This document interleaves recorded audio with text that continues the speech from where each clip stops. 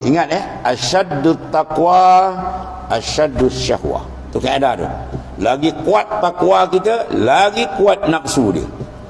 Hakikat Tuhan uji dia. Lagi kuat dia bertakwa, besar serban dia, lagi besar nafsu dia. Tu jaga kaedah tu. Ulama bagi kaedah tu. Lagi kuat kita punya takwa, lagi kuat nafsu dia. Nafsu duniawi, nafsu syahwani, macam-macam nafsu tu. Hakikat apa? Hakikat Tuhan test kita. Ya. Kau nak sampai ke Tuhan tak senang kan, macam-macam ujian. Kau tidak sampai satu cerita seorang daripada ahli ibadat yang hebat Tuhan ni, tiba-tiba dibisikkan hakikat ujian Tuhan.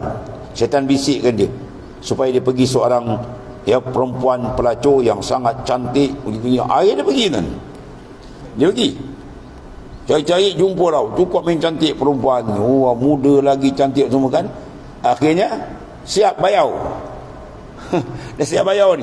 Bila nak on aja, nak buat kerja yang dilaknat oleh Allah Ta'ala tadi, pum, terkejut hati dia. Ini keberkatan dia beramal. Allah Ta'ala beringat, syish, kau buat ni benda haram gini-gini, baru terasa. Lepas tu tua dia kata, tak apalah, saya balik dulu lah. Duit dah bayau kan. Perempuan pelacur tu kata, Zaniah kata, nanti dia dulu, dia kata, kau duduk mana? Nama kau siapa? Rupa dia tak tanya nama, dia balun ni kan.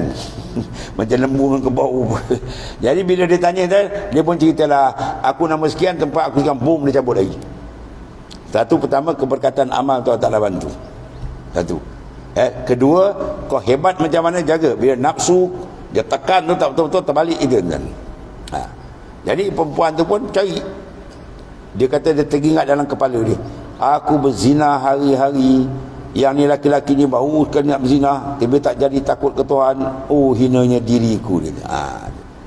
Perempuan tu rasa hina diri, terus dia bertaubat dan dia cari laki-laki tu. Dia harapkan mudah-mudahan laki-laki tu dapat membimbing dia.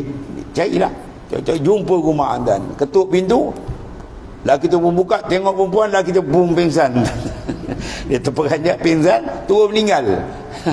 Jadi perempuan kata, Allah, mati pula tu ayah ni. Oleh kerana niat dia baik tadi, dia cari orang kampung tu, tunjuk kalau saya capuk orang saleh yang tolong boleh bimbing saya. Akhirnya niat dia baik, dapat. Niat dia baik kan, dapat. Akhirnya dapat, lahir, dapat keturunan dia 7 orang anak, dan 7 tu dilantik jadi nabi.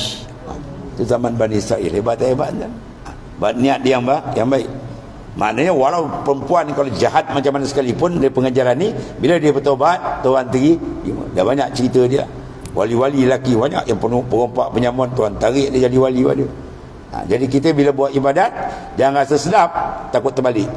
Dan kalau kita dah laku maksiat, jangan putus asa, sebab Tuhan boleh buka pintu. Ada keadaan gitu. Buat ibadat kita kena jaga. Dan bila kena maksiat, jangan putus asa. Cepat kembali balik. Itu cara dia lah. Jadi sini dia beri nasihat dalam hadis ni, Rasulullah SAW memberikan nasihat kepada muslimah.